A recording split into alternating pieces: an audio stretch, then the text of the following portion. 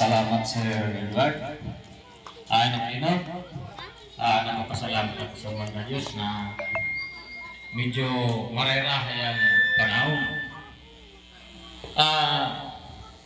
Nagpapasalamat mo po ako naman sa ining vlogger, buhi ng community. Sagot po naman sa mga na-sponsor mga ining mga pangpaugma sa mga kakian. Nakulang salamat na lang po. Sir Baso, thank you po sa sendo sa Barangay Mi.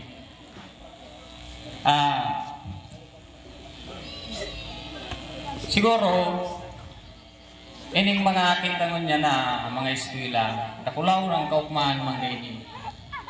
Ako, talagang nagangalas man yan itigil sa muyang barangay. Halos, pirming napipili ining barangay ni sa mga nagpaparataraas din nagkataong mga kaukmahan sa mga kakian. Nakulang salamat sa sendong pag-iriba. Siguro, iyon man lang po. Salamat. Thank you po, Kagawad Tupe. Sunguyan po, nangungutaman po ang mensaheng itatao sa tuya, kan sa tuyang, kan ama, kan sa tuyang barangay. Salamat. Diyos maray na ano po sa gabos.